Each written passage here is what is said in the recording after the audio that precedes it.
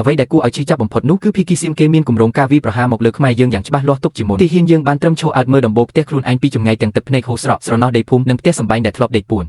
តើបងប្អូនដឹងទេនៅតាមខ្សែបន្ទាត់ព្រំដែនចុងកាត់មាត់ញោកមានរឿងរ៉ាវដ៏ក្តៅគគុកមួយបានកើតឡើងដែលកូនខ្មែរគ្រប់រូបមិនគួរមើលរំលងឡើយសេចក្តីសុខសាន្តដែលយើងមាននៅទីនេះគឺដោះដូរមកដោយទឹកភ្នែកការអត់ធ្មត់និងការលះបង់ដ៏ធំធេងរបស់បងប្អូននិងកងទ័ពនៅជួរមុខឆ្លងកាត់ការប្រឈមមុខដាក់គ្នាយ៉ាងតានតឹងបំផុតរឿងរ៉ាវនេះបានកើតឡើងនៅតំបន់ខ្សែបន្ទាត់ព្រំដែនដែលមានភូមិខ្មែរជាប់គ្នាភីគីទាហានស៊ីមបានប្រាល្បិចលាក់ពុតដោយយោងទៅលើផែនទីដែលពួកគេលួចគូសឡើងតែម្នាក់ឯងវាហៅថាផែនទីឯកតោភីគីដើម្បីមកលេបត្របាក់យកទឹកដីខ្មែរទាំងបំពេញច្បាប់អន្តរជាតិទង្វើអយុត្តិធម៌នេះគឺខាងរាជរដ្ឋាភិបាលខ្មែរយើងដាច់ខាតមិនទទួលស្គាល់ឡើយ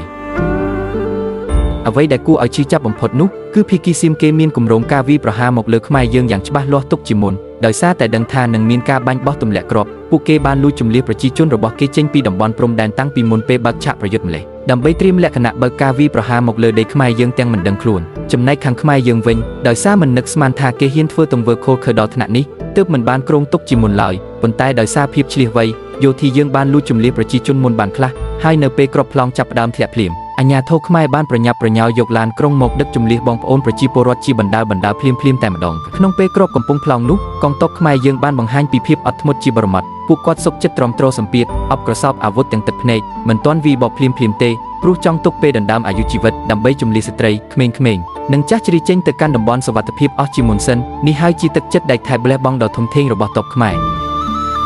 ពេលនេះទោះបីជាស្ថានភាពស្ងប់បន្តិចមែនតែបងប្អូនខ្មែរយើងមិនទាន់អាចចូលផ្ទះដែលធ្លាប់រស់នៅរាប់សិបឆ្នាំវិញបានឡើយព្រោះស្ត្រូវយកទូកុងតឺន័រនិងរបងលូបន្លាមកបិទព័ទ្ធជិតឈឹងប្រជាជននិងទីហ៊ានយើងបានត្រឹមឈរអើតមើលដំបូលផ្ទះខ្លួនឯងពីចម្ងាយទាំងទឹកភ្នែកហូរស្រក់ស្រណោះដីភូមិនិងផ្ទះសម្បែងដែលធ្លាប់ដេកពួន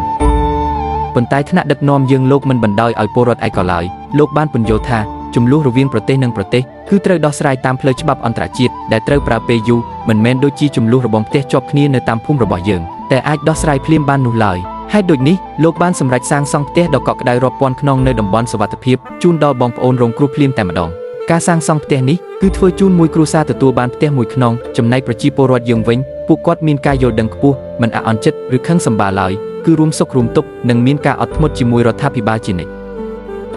ខណៈពេលដែលអ្នកព្រំដែនលះបង់ដើម្បីដីធ្លីតើពួកយើងដែលរស់នៅខាងក្នុងឬខាងក្រៅប្រទេសគួរណាស់តែឆ្លោះប្រកែកគ្នាឯងដែរឬទេសូមកូនខ្មែរគ្រប់រូបរួបរวมគ្នាជាធ្លុងមួយស្រឡាញ់គ្នាសាមគ្គីគ្នានិងគាំទ្រថ្នាក់ដឹកនាំការពារទឹកដីបើខ្មែរស្រឡាញ់ខ្មែរ